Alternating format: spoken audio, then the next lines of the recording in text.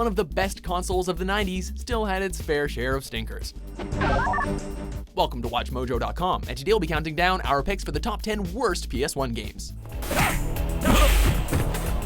This one is pretty straightforward. We're ranking the most critically hated, worst-selling, and glitch-ridden games that were ever put onto Sony's little gray console. Number 10, Pepsi Man.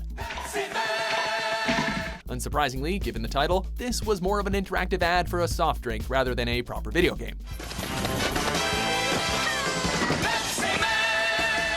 With bizarre humor and even weirder live-action sequences, the faceless Japanese Pepsi mascot runs around various environments trying to avoid different obstacles. This is all in aid of solving some Pepsi-themed problem like an empty vending machine or helping a thirsty soldier. If you're a devout Pepsi supporter, then this may just be the game for you, but the gameplay is so bad that it might make you want to switch to Coke.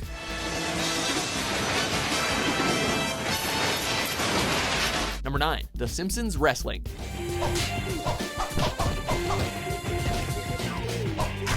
Many licensed games often slack with the quality, as they rely on the profile of the show or film they are based on to distract from poor gameplay.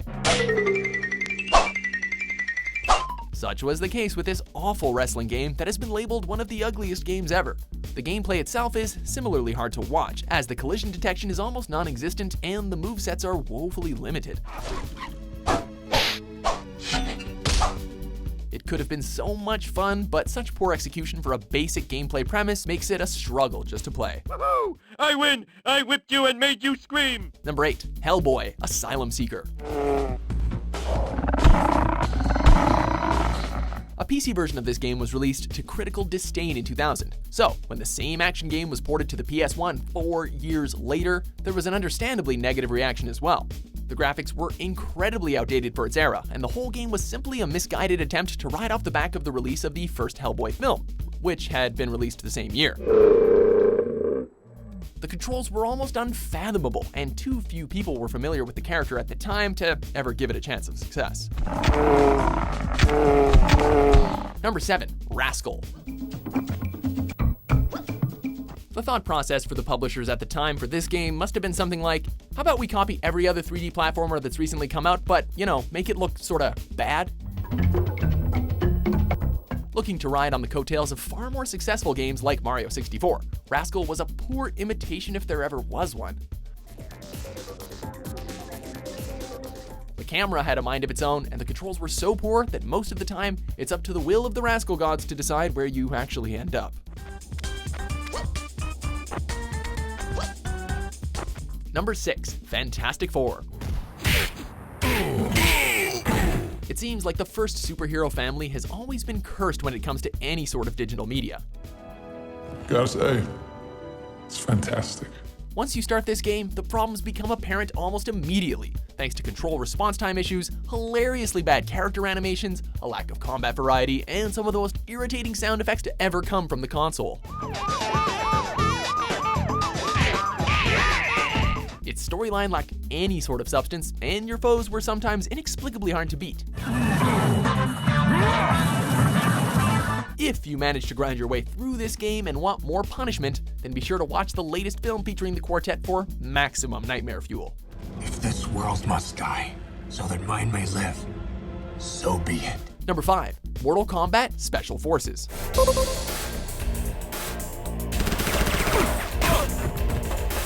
A game that's so bad that even series creator Ed Boon doesn't want to acknowledge its existence.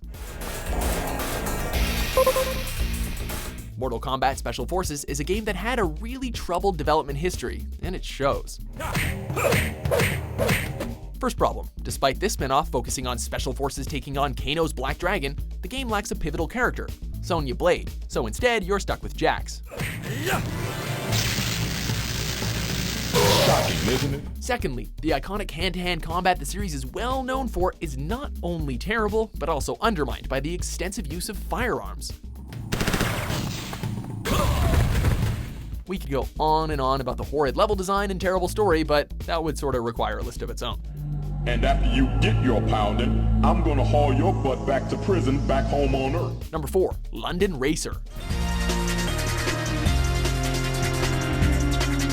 If you've ever been to London, then you will know that there are almost as many cars as possible on the roads. Traffic is everywhere, and this racing title ignored the one thing that could have distracted from its awful collision detection and short completion length. And that's all because having Mini Coopers smash into each other on the streets of England's capital could have been a great idea, but there is barely any other soul on the tarmac. Adding to this is a laughably short draw distance and strange visual aberrations galore. No fun at all.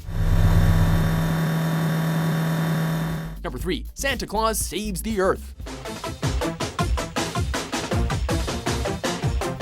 It's unclear how many Christmases were ruined for kids who received this painfully slow platformer, but it's no doubt that Saint Nick himself would be upset by the quality of this title. The player must help Santa escape from imprisonment in some sort of unspecified magical land, but after 10 minutes of playing time, you really want to leave him there and get as far away as possible from this abysmal game.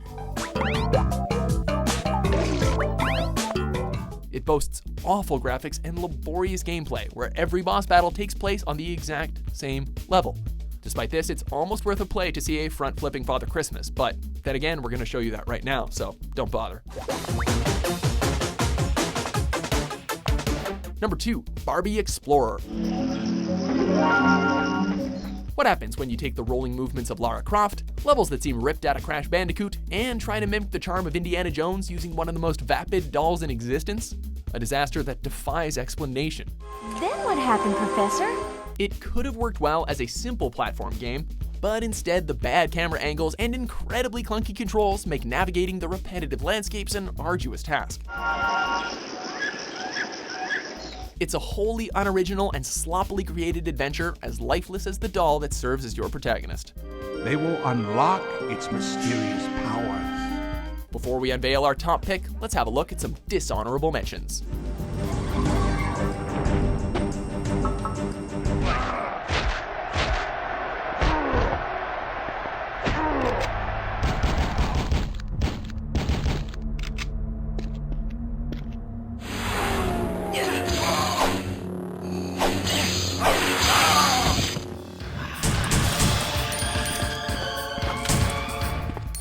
Number 1, Bubsy 3D.